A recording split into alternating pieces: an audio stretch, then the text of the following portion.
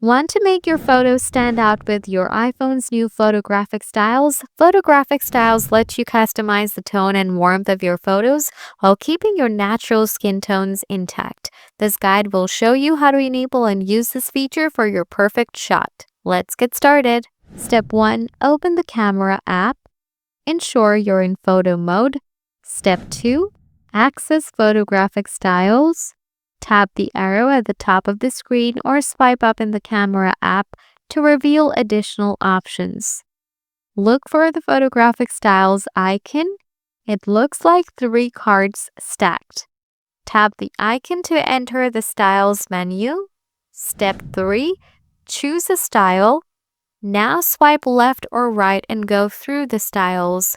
You'll see several styles: standard, rich contrast, vibrant, warm, cool, etc. If you want, you can tap on tone and warmth from here and change them. Once you've chosen a style, it becomes your default for future photos. Step 4. Capture your shot.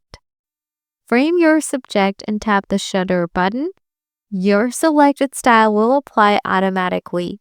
By using Photographic Styles, you can add a personal touch to your photos while maintaining their professional quality. Try it out and let us know which style is favorite.